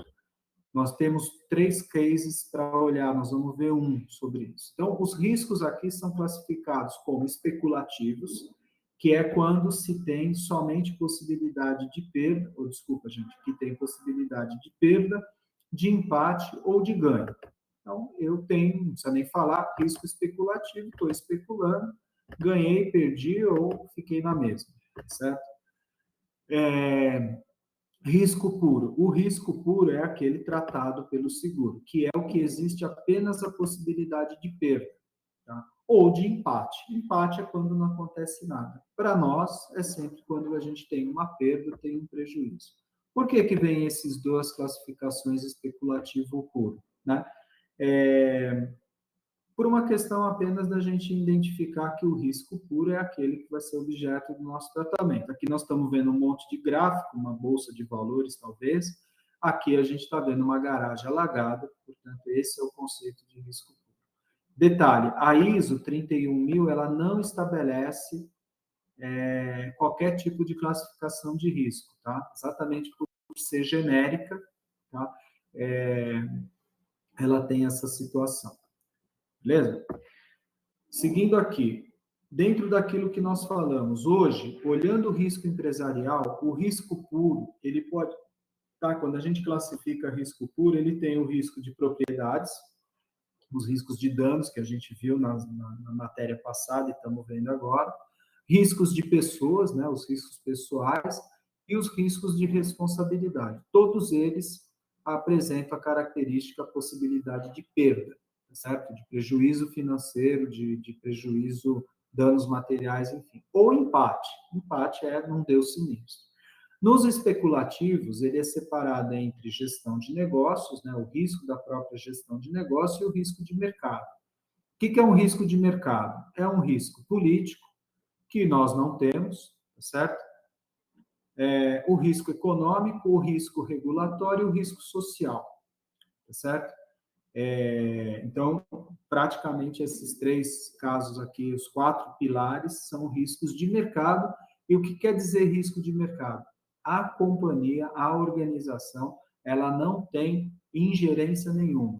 É um processo totalmente alheio à sua atividade. Ela pode ter o melhor gerenciamento de risco que ela tiver. Se a gente tiver uma greve dos caminhoneiros, a empresa não tem o que fazer, concorda? E no risco da gestão do negócio, a mesma coisa. Eu posso ter um risco de liquidez de ativos, a gente pode ter um risco de crédito, né? Um risco ambiental, né? Então, esses são riscos que podem, evidentemente, causar ganhos também. Se você tiver um risco político de uma canetada em que te isenta de pagar imposto de renda, porra, né, a gente tem a possibilidade de ganho. A probabilidade disso acontecer zero, né, gente? É isento de imposto. Mas esse quadrinho é um quadro meu, tá? Eu estou compartilhando com vocês aqui, mais para estruturar aonde nós vamos entrar. E nós vamos entrar exatamente nisso, né? Como a gente está tratando ainda de ISO, ela não vai estabelecer qualquer classificação, mas toda a nossa literatura especializada em riscos, em gestão de risco, em gerenciamento, ela traz o risco da operação. O que é risco da operação? Como eu falei, são aqueles riscos que a companhia tem o controle, tá? Então, está aqui. Ela tem o controle, como, por exemplo, um risco acidental, um risco da operação, um risco operacional que está ali no dia a dia dela. O risco de mercado, a organização ela não tem controle nenhum. Por exemplo, uma variação cambial. Né? Se a gente tiver um problema, uma guerra da Ucrânia, por isso que eu não trouxe caso muito ainda agora recente, mas a guerra da Ucrânia é um exemplo. Nós tivemos problemas de exportação, nós tivemos o problema do dólar, nós tivemos problema de combustível. Então, assim, eu trabalhei num projeto de gerenciamento de risco de insumos agrícolas. Por quê? Porque como a gente traz muito fertilizante da Rússia, e da Rússia, entenda-se, né, naquele entorno, isso ficou restrito. O Brasil embargou algumas importações, enfim, tudo isso que a gente acompanhou. E aí, o aumento de roubo nos silos, né, naqueles depósitos das grandes áreas, né, agrícolas, ficou muito grande, teve muito sinistro de roubo de insumos. Tá? Ou seja, tivemos que fazer um baita gerenciamento de risco para evitar, até porque a precificação daqueles insumos foi feita antes da guerra. Com a guerra, como é que eu cobro mais do segurado? Então, o que a gente fez foi propor aos segurados que tomassem medidas protetivas com drones, com uma série de coisas, para que se monitorasse aqueles grandes armazéns. Entenderam, gente? Então, isso aqui é o que a gente está falando de risco de mercado. É uma variação cambial, pode ser uma variação de guerra, pode ser uma commodity, né? Então, esse risco, ele pode ser classificado como sistêmico, né? Porque ele pode atingir a organização, a economia como um todo, ou ele pode ser o não sistêmico, que ele vai ter efeito sobre uma organização em particular, né? Então, sei lá, ou um segmento em particular, setor aéreo, por exemplo. O caso da pandemia, o caso da guerra na Ucrânia, os riscos políticos que a gente está tendo. E isso envolve, em geral, né, qualquer setor, qualquer indústria, qualquer organização. Tudo bem até aqui? Risco da operação e risco de mercado. Se alguém tiver alguma... fez bem, Ana, eu vi aqui agora você falando da ração lá. Nossa, é isso mesmo, tem que tomar cuidado. Tá, então, rapidamente aqui para a gente entrar nos exemplos, um ponto importante é que, embora os riscos de mercado estejam sob controle direto da operação, pode causar impacto nos resultados, né? Como a gente falou. Um exemplo disso daqui é que, se a companhia tem dívidas futuras, né, que estão liquidadas em moeda estrangeira, eu adquiri uma dívida com dólar a 3, o dólar está 5,5. Cara, minha dívida dobrou, né? Concorda? Então, como é que eu me protejo? Eu vou me proteger, se fosse o caso com seguro, não é? Com esse hedge de operações que a gente fala, que é garantir, né, esse lastro para poder honrar essa variação da moeda. Quem é do mercado financeiro, evidentemente, conhece mais a fundo, eu não vou me aprofundar, mas é você lastrear a tua dívida, né, na forma que pode variar aquele dólar. Mas é mais ou menos isso. Eu contratei uma dívida ao dólar a 3, o dólar está 5,5. Como é que eu faço? E outro ponto que eu queria destacar é a última frase aqui. Ó. Um outro exemplo é a restrição de quitação de impostos com crédito tributário, que pode ser determinada para alguns tributos. Um exemplo disso, tá? Isso foi caso prático, que eu não consegui resolver, até porque não dava. Mas, assim, muitas empresas tinham o seu crédito tributário já dentro de uma estratégia de ter crédito tributário para pagar o imposto de renda da pessoa jurídica. O que aconteceu foi que, numa determinada canetada, o Ministério da Fazenda disse não pode mais pagar, vai ter que pagar em dinheiro. E aí, as empresas não tinham mecanismos para pegar aquele dinheiro que ela tinha como crédito tributário, transformar em dinheiro para poder pagar a dívida. Então, muitas empresas tiveram que recorrer a banco para levantar o dinheiro em cash para poder pagar o imposto de renda da pessoa jurídica. Entendeu? Então, assim, não foi um negócio que, vou fazer isso hoje para começar o ano que vem. Foi uma canetada, todo mundo vendo isso no valor econômico num dia de manhã, e todo mundo, bom, e agora? Bom, e agora corre, porque você precisa pagar seu imposto de renda e não vale mais aquele crédito tributário que você tem, você vai ter que fazer ele virar dinheiro lá na frente, né? Então, ele é um risco, como a gente está falando aqui, totalmente fora do contexto da empresa, tá? Por isso que a empresa precisa ter uma gestão de risco, não só pensando no seguro, mas também pensando nisso. Então, vamos entrar aqui numa setinha amarela como risco de operação. O risco da operação, ele traz alguns pontos para a gente, né? Que é o risco do negócio em si, é um risco financeiro, operacional de crédito, acidental ou de perda de reputação, tá?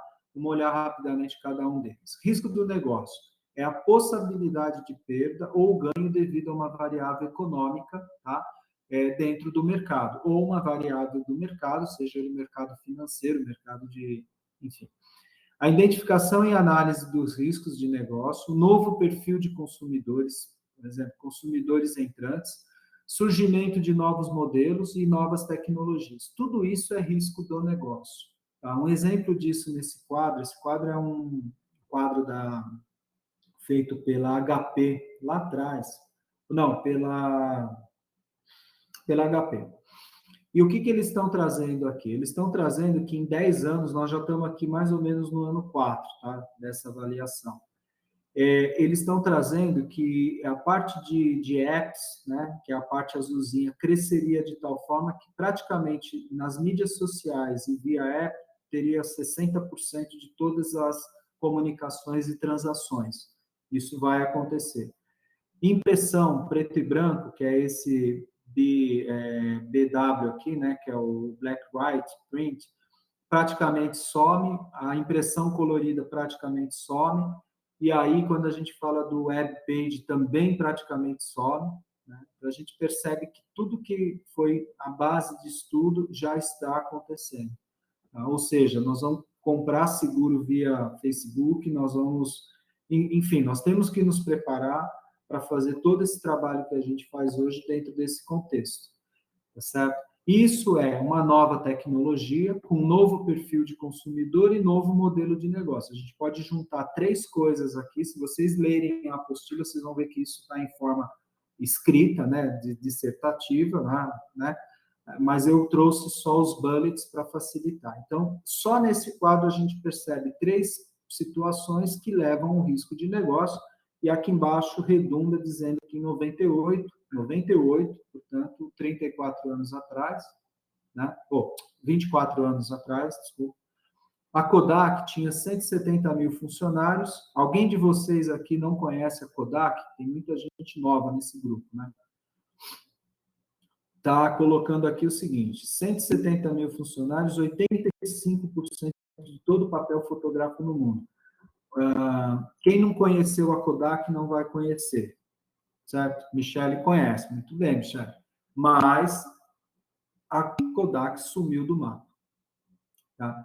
Era a referência e em 24 anos, claro, ela sumiu bem antes, mas em 24 anos, ela simplesmente, uma empresa centenária, acabou sumindo por conta de um risco do negócio, tá certo? Outra coisa em termos de classificação, ainda falando de risco de negócio, eu acho que esse quadro a gente viu, se não viu, tudo bem, se viu, me desculpem, mas é com a outra abordagem. O Uber, quem imaginava que ia nascer um Uber que não tem nenhum carro na sua frota, e é a maior empresa de táxi do mundo, vai, em resumo é isso. Alibaba, a maior empresa de retail, não tem estoque, certo, gente? Se a gente falasse isso algum tempo atrás, eu não estaria dando aula para vocês, porque possivelmente eu teria sido demitido e internado. O Airbnb não tem um imóvel, né? E é a maior provedora aqui, uma de hospedagem. O Facebook não produz conteúdo, e assim por diante. Tá? Então, de fato, né, você vê os novos modelos de negócio que chegaram, que transformaram muitas indústrias, e que no final do dia, realmente, né, quem imaginava.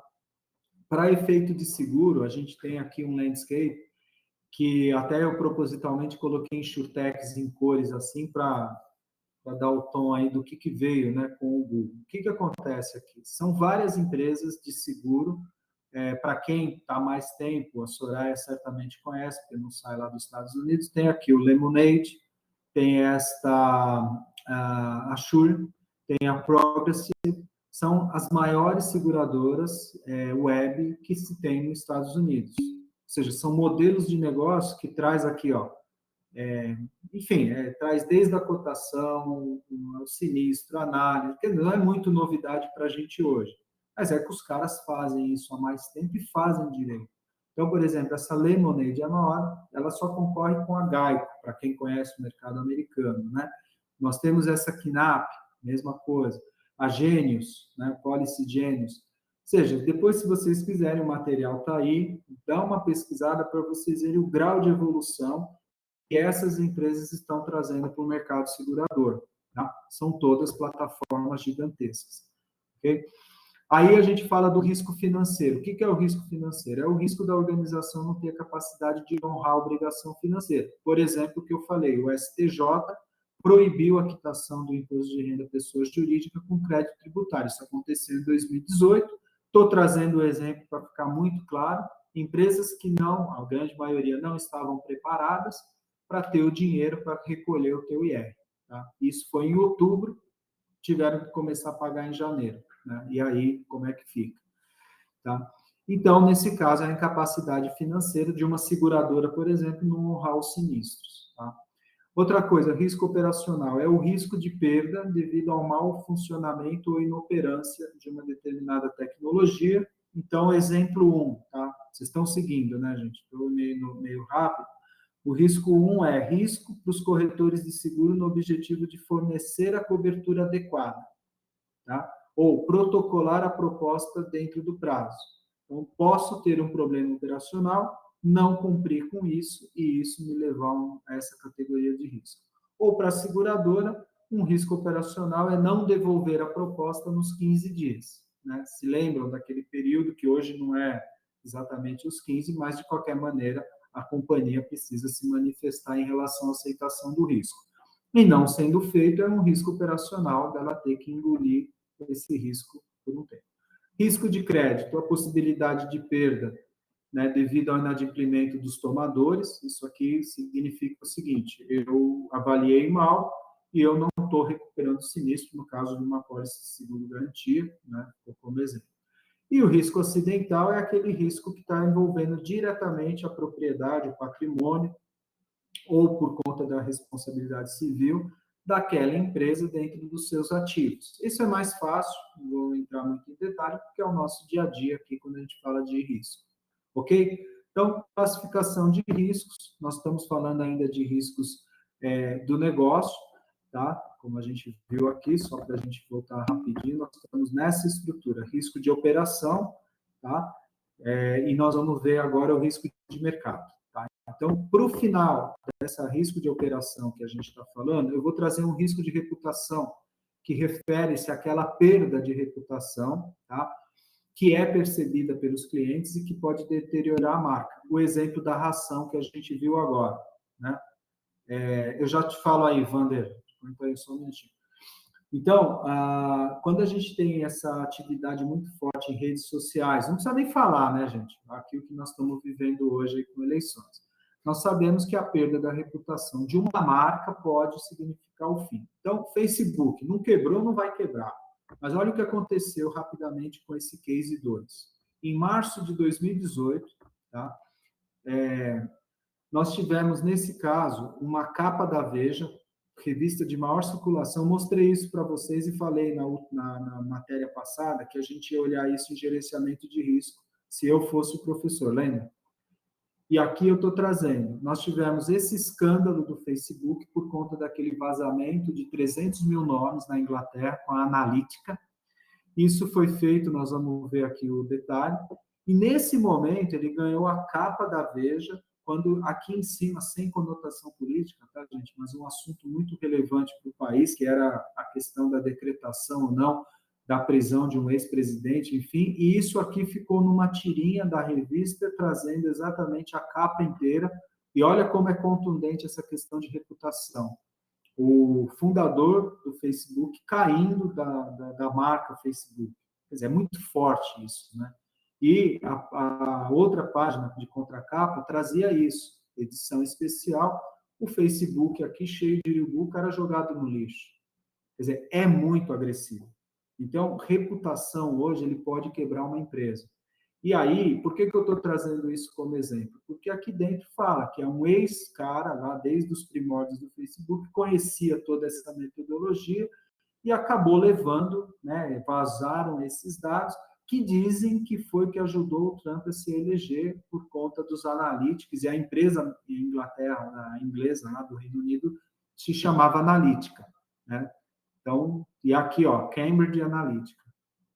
Então, para vocês, depois, se alguém tiver interesse, a gente debate um pouquinho mais, mas é um exemplo claro do que aconteceu com o risco de reputação, que é um risco de operação da companhia. Ou seja, um ex-executivo, fundador que conhecia o intestino da companhia, acabou fazendo uma presepada dessa. E, obviamente, não quebrou o Facebook, mas poderia ter dado maiores problemas, né? O Vander aqui pergunta, corremos risco em nossa profissão, tantas insurtechs e tal?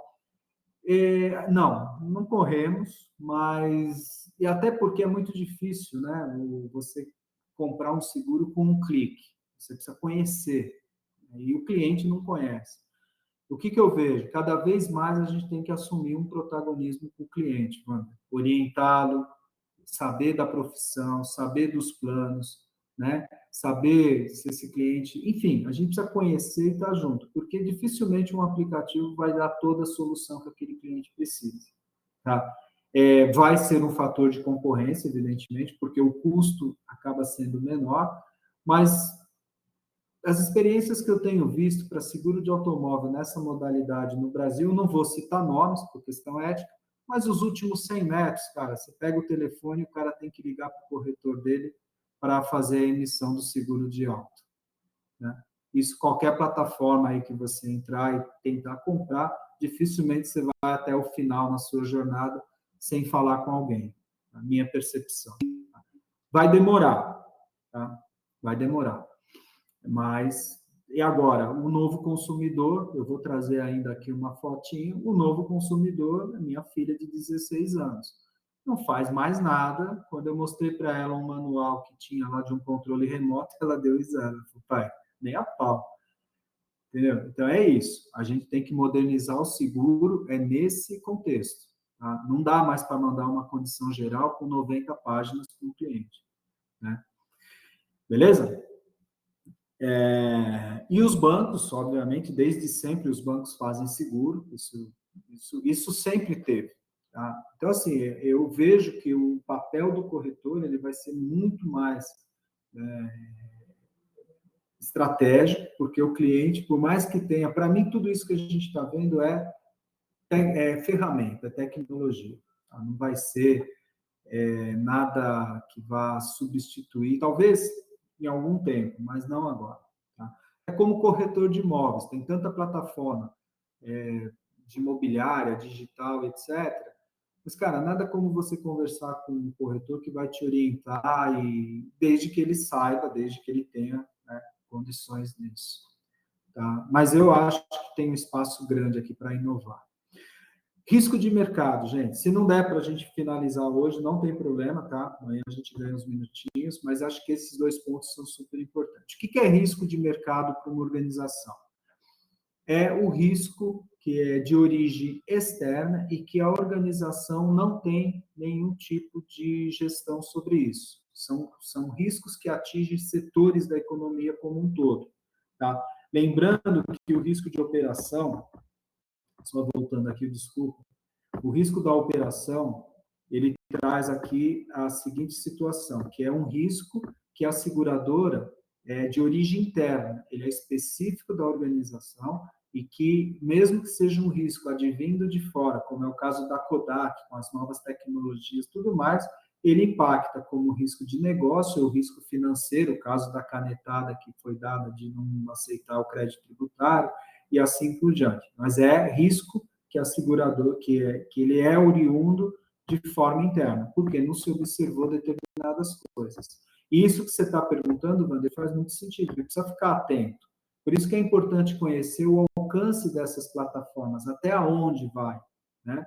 O que ela entrega, né? E aí é onde a gente efetivamente precisa... Vou dar uma alguém de vocês aqui, nós temos 30 pessoas aqui no Conectados, perguntou para algum desses microempreendedores que vendem o milho verde, o cachorro-quente, a pipoca, enfim, ele precisa ter uma licença. Alguém perguntou em algum momento se ele tem algum tipo de seguro? Esse é um comprador de seguro, ele precisa de seguro. Né? Então, fica a dica para a gente ver um monte de coisa que a gente tem que ver e está todo mundo indo muito para o lado da tecnologia, que eu acho que vai, não tem jeito. Mas, e o passo antes? Né? Eu responderia dessa maneira. E o risco de mercado, gente? O risco de mercado é aquele risco externo. Então, é a taxa de juros, é o câmbio, que eu não preciso nem falar, a gente está vendo isso toda hora, a taxa de câmbio, o preço da commodity, exemplo da gasolina, o exemplo do que a gente quiser aí, né? Está muito... O risco político e o risco social, ou seja, isso aqui eu vou passar batido, tudo bem? É só a gente ler qualquer jornal hoje, está tudo lá. Mas é isso mesmo, é você ter um risco de uma variável dessa que vai impactar teu negócio sobremaneira e você realmente ter problema. Então, vamos tentar olhar o seguinte, só rapidamente, o preço do petróleo, ele está impactado. Foi pela guerra, o risco social pela questão da pandemia, depende de como a gente olhar e encaixar. A gente tem uma taxa de câmbio e a taxa de juros muito impactada por um fator externo, que é os Estados Unidos. O mercado americano é o termômetro para isso, né? Esse pêndulo, ele gira com mais ou menos peso a depender de lá. Então, por exemplo, os caras saem daqui, os investidores, para ir para um mercado lá fora. Evidentemente, ele vai mexer na taxa de juros, de retorno, taxa de câmbio, né? O preço da commodity, mesma coisa, e assim por diante. E o risco político.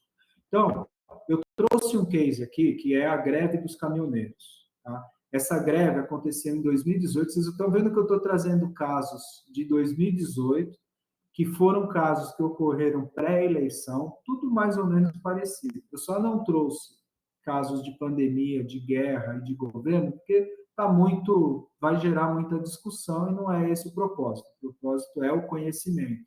Então, o que aconteceu com a greve dos caminhoneiros, gente? Isso foi objeto de um estudo meu, tá? Meu mesmo como docente, dentro de um outro curso que eu estou fazendo. Aí eu, como estudante, estou apresentando uma tese que diz assim: isso aqui são fotos da greve, todo mundo aqui conheceu, estava no Brasil quando aconteceu a greve dos caminhoneiros. Vai dando um joinha aí, por favor. Isso aqui é a Marginal, um dos entroncamentos da Marginal. Eu acho que na época era o único posto que ameaçava ter alguma coisa de gasolina. Tá? Aqui, não precisa nem falar, essa primeira foto da esquerda. Tá? É essa aqui que nós estamos falando. Aí aqui é uma marginal, que é onde estão todas as pistas ocupadas por caminhão, deixando apenas uma livre, que foi o Poder Judiciário que falou, não, tem que ter uma via livre. Legal, só que não tinha gasolina, ninguém andava. Só que é um posto, evidentemente. Aqui, alguém com um galão de gasolina, possivelmente com alguma reserva, e aqui os aviões, né? Essa foto foi tirada, os aviões todos, né, parqueados, ou seja, estacionados, por conta de não poder realmente sair. Então, a greve, aí vieram os impactos, tá, gente? O que aconteceu com a greve? Dado esse movimento, ninguém tinha feito um gerenciamento de risco, tá? Essa é a minha tese que eu estou fazendo. Ao ponto de falar, se faltar combustível, ou se os caminhões pararem, o que vai acontecer?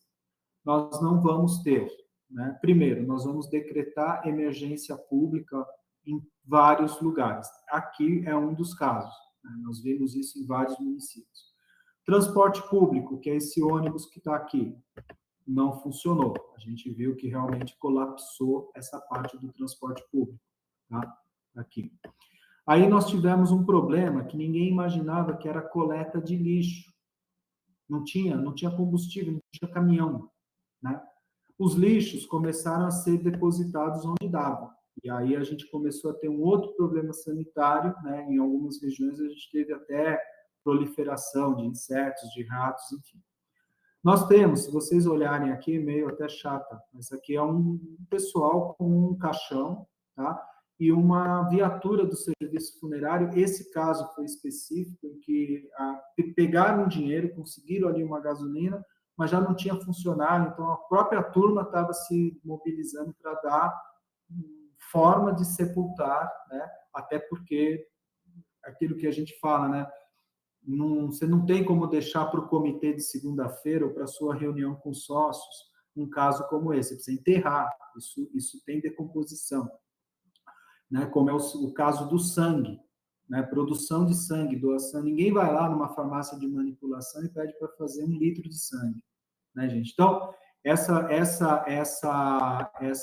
viatura aqui da UTI também não tinha viatura, não tinha combustível. E, obviamente, o desabastecimento que aconteceu. Então, nós tivemos um problema de transporte público, sanitário de coleta de lixo, nós tivemos problema funerário, nós tivemos problema de saúde, tivemos problema de desabastecimento. O que isso trouxe? Numa análise em termos de gestão de risco. Primeiro, todo mundo falou, não, vamos lá, porque vamos pôr o exército para pilotar as balsas, para pilotar o campo. Gente, esse aqui é uma colheitadeira, essa parte verde que nós estamos vendo aqui embaixo, isso aqui não é um monstro não, tá? Isso aqui é uma colheitadeira. E você acha que algum militar, algum soldado do Exército que tem uma força tática, aqui eu não estou dizendo do Exército, estou dizendo como força tática, né, que é natural em qualquer país, numa calamidade, o Exército construir uma ponte, né, vocês viram lá em vários lugares o Exército construindo pontes, enfim, não tem condição de dirigir. Isso aqui vai pelo controle remoto. Mesma coisa esse trator. Não dá, você tem que ter treinamento, você tem que ter habilitação própria. Essas balsas, isso aqui é no Pará, é um dos rios onde você faz o escoamento. Você acha que alguém consegue manobrar essa balsa para descarregar grãos e para pilotar esses trens? Então, olha quanta coisa está embarcada numa simples greve, se a gente pode dizer isso, uma paralisação de caminhoneiros, só que foi em âmbito nacional. Outra coisa, você acha que vamos pôr o exército, vamos pôr as forças táticas para pilotar os caminhões? Gente, isso aqui é um caminhão por dentro, isso aqui é onde os caras dormem, isso aqui é cozinha, isso aqui é um laboratório dentro de um caminhão. Não dá para entrar e sair pilotando. Alguém se arriscaria a entrar num caminhão desse? Eu não sei nem ligar esse negócio, né? Então, não é assim. A gente estava realmente numa fragilização enorme de gerenciamento de riscos. E aí, como conclusão, estou passando rápido, fico à disposição para a gente ir conversando mais, né, até para cumprir o horário. Mas, assim, dado este exemplo que eu estou trazendo, olha quanta coisa tem no trabalho final que eu estou concluindo. Primeiro, foi um tipo de manifestação, um movimento difuso. O que significa isso? Não teve um líder. Isso foi todo pelo WhatsApp, pela rede social. Teve um ou outro aí que apareceu um pouco mais, mas não tinha jeito. O cara falava, vamos parar em tal lugar, parava os caminhões inteiros, né? Depois veio o reservatório de combustível para serviço essencial. O que eu quero dizer com isso? Hoje a gente vê viaturas da polícia abastecendo em posto de combustível. Já viram? A gente vê ambulância, as viaturas do SAMU abastecendo em posto. Gente, isso na minha época de garoto era reservatório de combustível nos quartéis. Alguém aí se lembra disso? Eu sou talvez o único velhinho da turma, mas tinha combustível dentro dos quartéis, tinha combustível dentro dos postos. Outra coisa, força tática preparada para assumir controle das operações. É o que eu falei, o exemplo dos garotos lá, dos soldados. Não tem que ter capacitação para esses tipos de equipamentos, para falar, não vai faltar comida porque a gente vai pilotar o campo. O campo não pilota, é só a gente ver a novela hoje lá, quem assiste, o cara está de avião toda hora. Toda hora que eu vejo aquela novela, o cara está de avião. Eu falo, não tem cavalo, né? E é isso mesmo, gente. O campo mudou. Risco político, risco econômico, risco regulatório, social e ambiental. Todos eles, dá para escrever aqui umas 10 páginas de cada risco. O principal é o risco sanitário, como a gente viu, como é que eu enterro os corpos, como é que a gente trata a questão de lixo, reserva de insumo médico hospitalar, então, quer dizer, os prazos de vencimento de um sangue, de uma transfusão, de qualquer coisa, e a geolocalização. Então, olha quanta coisa, né? A gente olhou e falou assim, cara, tá faltando muita coisa.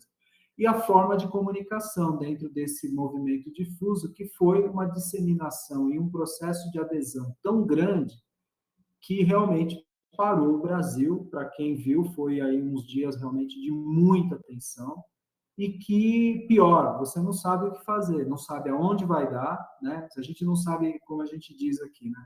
Se o muro está muito alto, muito baixo, se ele está longe ou se ele está perto. É a pior coisa, quando você não enxerga o risco. Então, para a gente finalizar, a gente retoma desse ponto amanhã, falta pouquinho, tá? Mas não tem problema, a gente administra bem.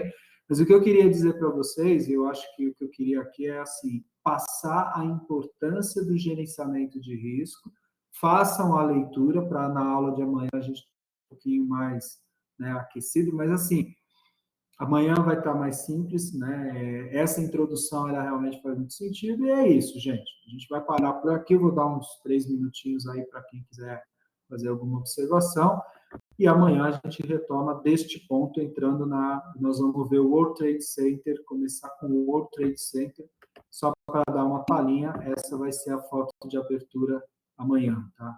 Essa foto aqui ninguém imaginava 2 aviões atingindo essas 2 torres. Eu vou contar um pouco como é que foi essa falha no sistema de, enfim, de migração e etc. Beleza? Combinados assim?